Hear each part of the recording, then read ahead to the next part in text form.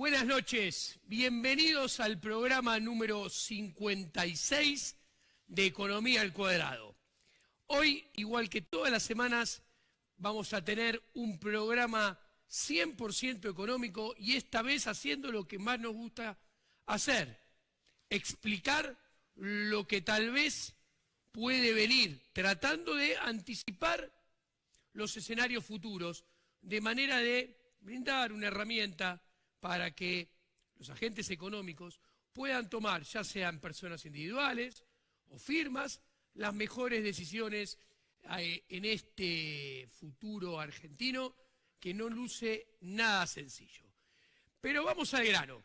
La economía argentina enfrenta dos grandes problemas hoy en día, mirando de acá a final de año y el bienio 2020-2021. ¿Cuáles son esos dos grandes problemas?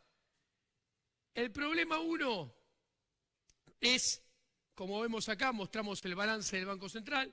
El problema uno es que tenemos un Banco Central quebrado. Y eso es riesgo de hiperinflación. ¿Por qué? Porque un Banco Central quebrado es promesa de más devaluación futura, más inflación futura. Y esto se agrava porque luego que el dólar saltara de 45 a 58, redondeando, el Banco Central anunció el Sandleris 3. El Sandleris 3 es exactamente igual que el Sandleris 1 y 2, que eran planes de estabilización transitoria. El Sandleris va a seguir con la emisión de base monetaria cero. El Sandleris va a seguir con las LELIQ. El Sandleris va a seguir con la tasa de interés altísima por las nubes, por lo cual el Sandleris 3 va a seguir haciendo crecer el pasivo del Banco Central. Ahora, ¿cuál es el agregado novedoso? El Sandleris 3 promete que va a vender todas las reservas que sean necesarias para mantener el tipo de cambio estable de acá al menos hasta las elecciones. O sea, ¿qué está asegurando el Sandleris 3? Igual que antes, por un lado, asegura, como ya dije, seguir haciendo crecer el pasivo.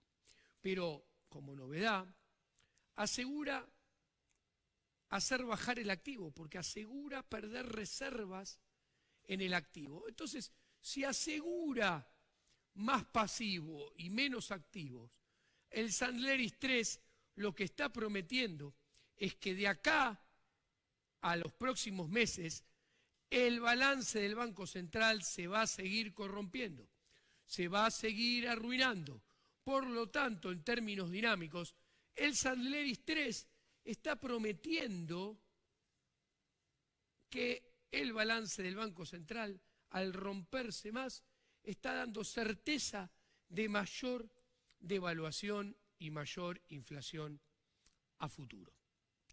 Cuanto más reservas pierda el Banco Central, más se va a deteriorar el pasivo del Banco Central y mayor va a ser la promesa de futura devaluación y futura inflación. Acá, como podemos ver en el gráfico, está el segundo problema. El segundo problema es el problema fiscal. El problema fiscal es claramente, hoy en día tenemos una deuda que en términos intertemporales, en términos dinámicos, es insustentable. ¿Por qué?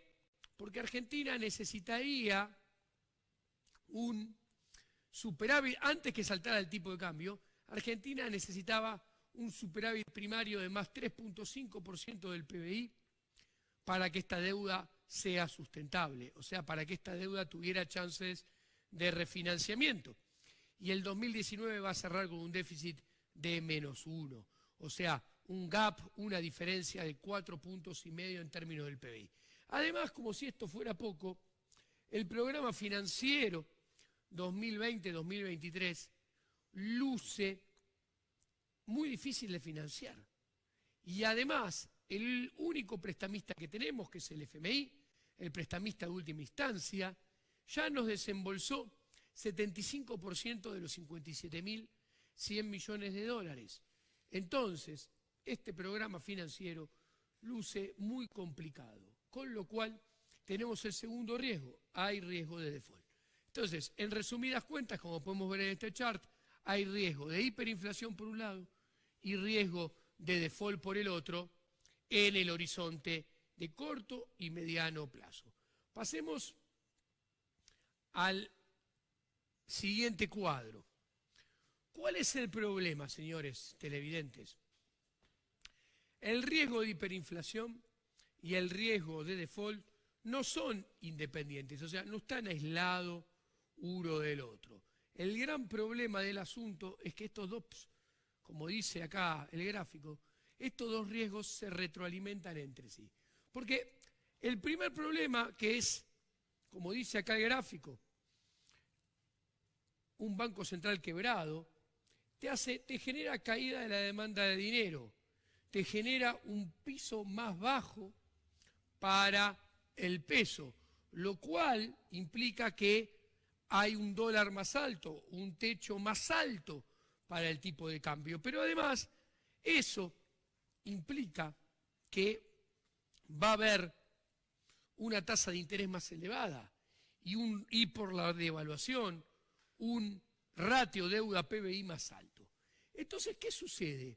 Si por culpa de la devaluación tenemos un ratio de deuda más alto, tenemos un costo de capital más elevado, esto implica que tenemos lo que se llama un debt overhang más grande en la economía. O sea, la deuda estrangula la economía en forma más alta. Y este problema que surge de la quebradura del Banco Central se retroalimenta negativamente y complica más aún el programa financiero y hace que el riesgo de default sea más importante. ¿Por qué?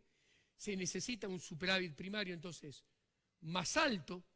¿Por qué? Porque hay más debt overhang, porque hay menor crecimiento, porque hay menor sustentabilidad de la deuda y menos probabilidad de refinanciamiento. Puesto blanco sobre negro. Al devaluarse, aumentar el ratio de deuda PBI, al aumentar el costo de financiamiento, el costo de capital, y el debt overhang, comprimir más el nivel de actividad. Estas tres variables influyen en el superávit primario que se necesita para que la deuda sea intertemporalmente sustentable. Hace crecer el déficit primario que se necesita para tener chances de tener refinanciamiento y no caer en default.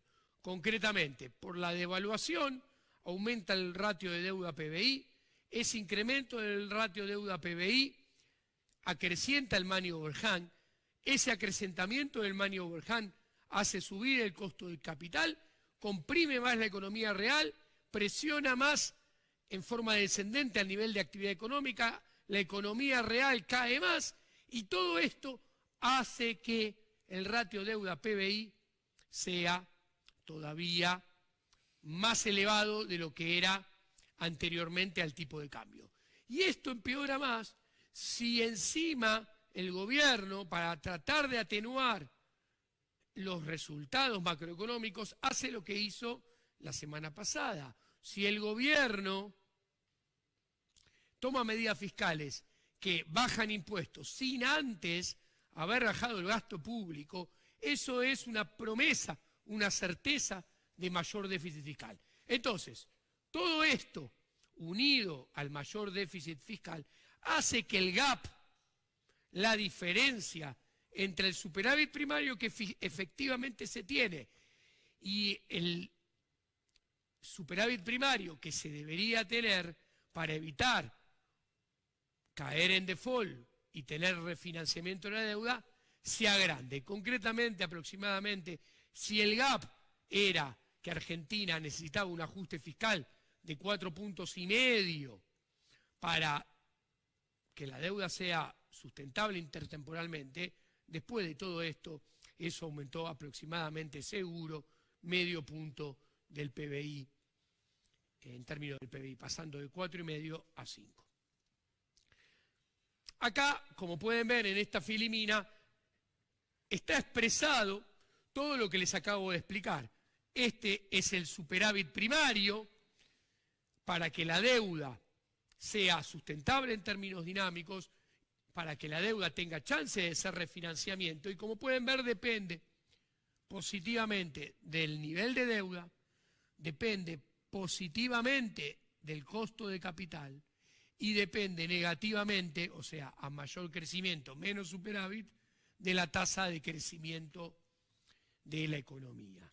Como, por un lado, las medidas tomadas por el gobierno agrandan el déficit primario y por el otro la devaluación hace, volviendo al gráfico, que suba la deuda, que suba el costo de capital y que se crezca menos, el resultado de todo esto es que este superávit primario que necesitábamos que fuera 3,5 del PBI ante estos acontecimientos, ahora ya no es 3,5 del PBI, sino es 4 del PBI. Y el gap aumenta porque el déficit va a ser seguro 1 o menos 1, perdón, o menos 1,2% del PBI. Pasemos a la siguiente. Acá este gráfico es contundente, necesitamos 30 segundos para mirarlo, señor director, lo podemos mostrar. Teníamos que la deuda era el 86% del PBI, cálculo mano alzada, hoy con el nuevo tipo de cambio debe rondar los el 110% del PBI, y es lo que, volviendo al gráfico anterior, ese aumento, miren de vuelta en este gráfico, ese aumento de la deuda de 86 a 110 es lo que hace aumentar esto y sube esto. Pero además te aumenta la tasa de interés. ¿Dónde ven que se aumenta la tasa de interés? Un aumento de la tasa de interés está reflejado por el incremento del costo de capital, que es la suba del riesgo país acontecida, que trepó hasta los 1.700, 1.800, 1.900 puntos básicos. Pero volviendo y avanzando, ¿cuál es el punto, señores? ¿Qué tenemos en este gráfico? Acá tenemos que los problemas de balance del Banco Central, los problemas de demanda de dinero que genera este balance del Banco Central quebrado, desgraciadamente no quedan estables, no se quedan donde están, sino que aumentan con el paso del tiempo y a medida que el balance se va quebrando. ¿Dónde lo vemos? Miren en este gráfico estos puntitos de acá. Estos puntitos de acá son la tasa de interés en torno a 74-75%. Esa tasa de interés mantiene el tipo de cambio en torno a 58 pesos hoy en día. En el pasado, a final de año pasado, a principio de este año, con esa tasa manteníamos el dólar en 38.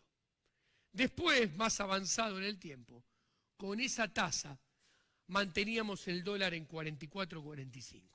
Hoy en día estamos manteniendo el dólar, redondeando, entre 58 y 60 con esa misma tasa. ¿Qué se ve acá? Que cuando yo marco, señor televidente, que el balance del Banco Central quebrado y cada vez más quebrado genera una caída de la demanda de dinero que implica un piso para el peso más bajo y un techo para el dólar más alto, no es una jodita para Videomatch, sino que los datos avalan lo que estoy diciendo. Hay caída de demanda de dinero producto de un Banco Central quebrado y que está cada vez más quebrado.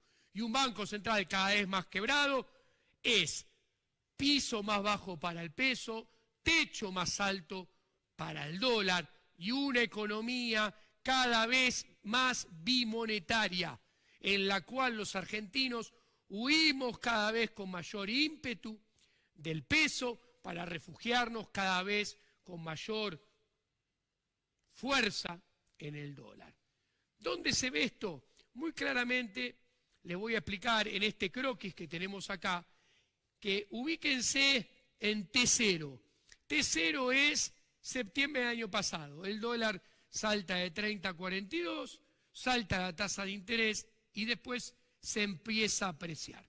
Como resultado de ese salto, los precios se empiezan a acelerar haciendo el catch-up, yendo por detrás.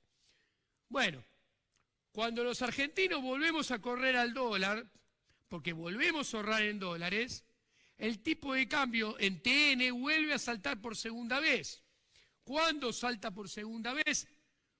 ¿Cuándo fue marzo? Salta de 38 a 45.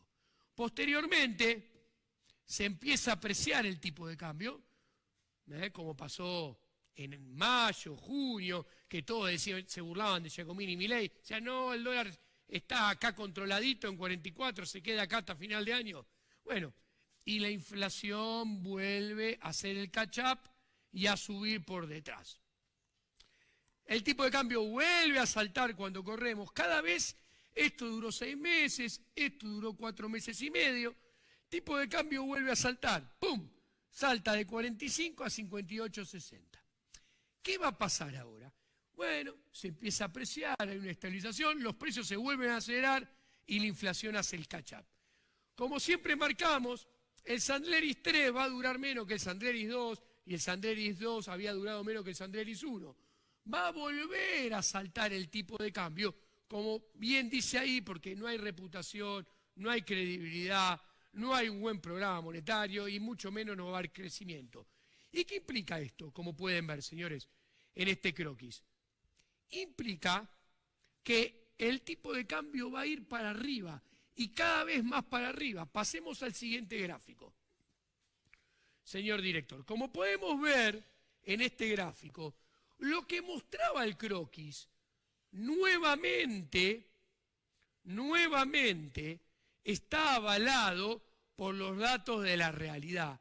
Argentina hace años que está yendo ya a un tipo de cambio real, a un dólar cada vez más caro. Argentina viaja a un dólar que está condenado a estar cada vez más caro en términos reales. Seguramente sobre final de año va a estar más caro que ahora y probablemente en el 2020, 2021 esté más caro también que ahora. No es nuevo, mire, la devaluación del 2014 saltó a 1,31, en la devaluación del 2016 a 1,40, 1,78 el año pasado y ahora más alto todavía. En este tramo había sido contenido con el cepo, en este tramo había sido contenido con el endeudamiento, en este tramo con el paquete del FMI. Como pueden ver, ¿qué quiero decir? El tipo de cambio está condenado a ir para arriba, estamos condenados a tener cada vez menos poder adquisitivo en dólares, que comprar un dólar nos salga más caro, que los bienes importados nos cueste más comprarlos, que los alimentos nos cuesten más en términos de nuestro salario, que viajar nos cueste también más caro. Y estos fueron oasis en el medio, mantenidos artificialmente, repito, este con cepo, este con deuda y este con el paquete del FMI, que les aclaro que de los 57.100 millones de dólares ya fueron entregados alrededor del 75-78%. Señores, esto que le pasa a Argentina, los argentinos tenemos que tener bien en claro que nos pasa solamente a nosotros en la región. Acá tengo el gráfico con los tipos de cambio real de todos los países de la región. Y como podemos ver, tenemos el azul de Argentina que va para arriba y todos los otros países, Brasil, Chile, Perú, Uruguay, en todos los países vecinos, en el patio de la casa, en el patio de la región, como decía Riquelme, el dólar está más barato, a lo sumo está igual. Para los peruanos, para los chilenos, los brasileños, los colombianos, el dólar está igual o más barato que hace varios años atrás. Solamente para nosotros está más caro. ¿Y por qué? ¿Por qué nos pasa? ¿Por qué nos pasa que seamos cada vez más pobres? Porque, a ver, donde hay una economía que el 95% factura en pesos, que el dólar esté más caro, en realidad es la contracara de lo realmente importante. Lo realmente importante es que el peso vale cada vez menos. Y si nosotros cobramos en pesos. Nosotros somos cada vez más pobres. ¿Y dónde está la justificación de fondo de esto? Está en este gráfico. Acá, señor televidente, a su izquierda, tiene el tipo de cambio de la región, el promedio de la región que va para abajo. O sea, el promedio de la región tiene una tendencia a que el dólar sea barata. ¿Por qué? Porque en promedio acá tienen el PBI per cápita en azul de la región. La región crece. Cuando los países crecen, sus monedas están condenadas a fortalecerse. Dado que los países emergentes crecen a un ritmo más vigoroso que Estados Unidos, las monedas de los países emergentes están condenadas a ganar poder adquisitivo frente al dólar. Ahora bien, si miramos a su derecha, señores televidentes, y vemos el mismo gráfico pero para Argentina solita, nos encontramos que en azul hace ya 10 años que el PBI per cápita de Argentina cae. Ven la tendencia decreciente de la línea azul para el caso Argentina. ¿Cuál es la contracara de esa línea azul? La línea verde hacia arriba. Argentina se contrae, Argentina se empobrece, y una economía que se empobrece es una economía cuyo dinero, cuya moneda, pierde poder adquisitivo. En consecuencia, el tipo de cambio real tiene que ir hacia arriba, y así como el peso pierde poder adquisitivo frente a todos los bienes y servicios de la economía, el peso también pierde poder adquisitivo frente al dólar, y se necesitan más unidades de pesos para comprar las mismas cantidades de dólares. Entonces, para ir cerrando el programa, señores televidentes, amantes o no de economía al cuadrado, pero que hoy están mirando, les dejo un escenario futuro.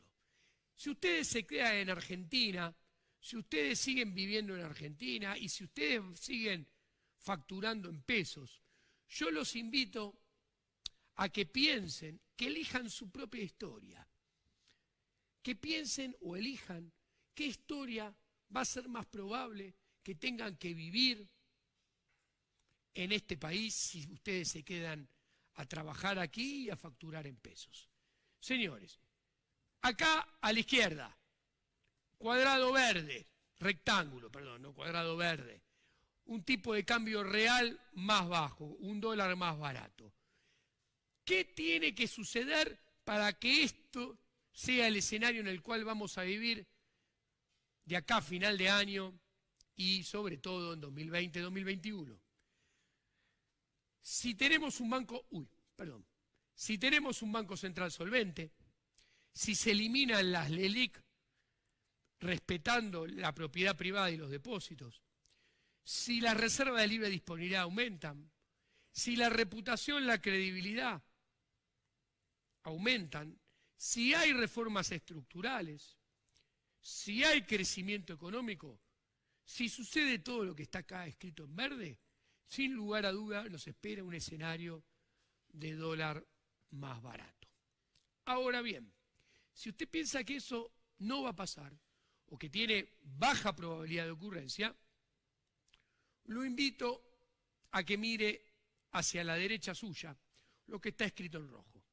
Si usted piensa que el Banco Central va a estar más quebrado, va a seguir quebrado, si usted piensa que las LELIQ van a seguir creciendo, si usted piensa que no va a haber reputación, no va a haber credibilidad, si cree que van a meter un plan Bonex para limpiar las LELIQ, si cree que el próximo gobierno va a intervenir más, si piensa que va a haber más contracción económica, si cree que el riesgo del default va a aumentar y si piensa que la probabilidad de que se reestructure la deuda y haya un haircut de deuda es considerable, inclusive aumenta, bueno, lo más probable, si usted piensa que se va a dar todo esto, es que el escenario sea el rojo.